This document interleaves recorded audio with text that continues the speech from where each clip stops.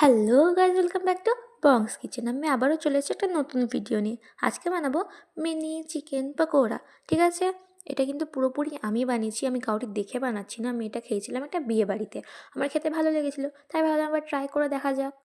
আর হ্যাঁ, এখানে যেগুলো যেগুলো দিয়েছি ইনগ্রিডিয়েন্টস, সেগুলো আমি আমার মন থেকে দিয়েছি। তোমরা যদি চাও তো কিছু অ্যাড করে নিতে পারো। হ্যাঁ, আর খেতে খুবই সুন্দর হয়েছিল, হেবি কুড়মুড়ে হয়েছিল। সত্যি একবার বিশ্বাস করে দেখো আমাকে, একবার ট্রাই করে দেখো। বারবার ট্রাই করতে হবে তোমাকে, বেশি টাইম তো লাগে না। চলো বেশি বকবক না করে ভিডিওটা শুরু করা যাক।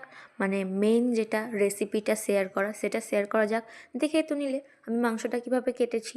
তারপরে পেঁয়াজ কুচোনো, আদা কুচোনো, আর আদা বাটা, সরি ওটা রসুন বাটা হবে, আদা বাটা ভুল করে বলে ফেলেছি।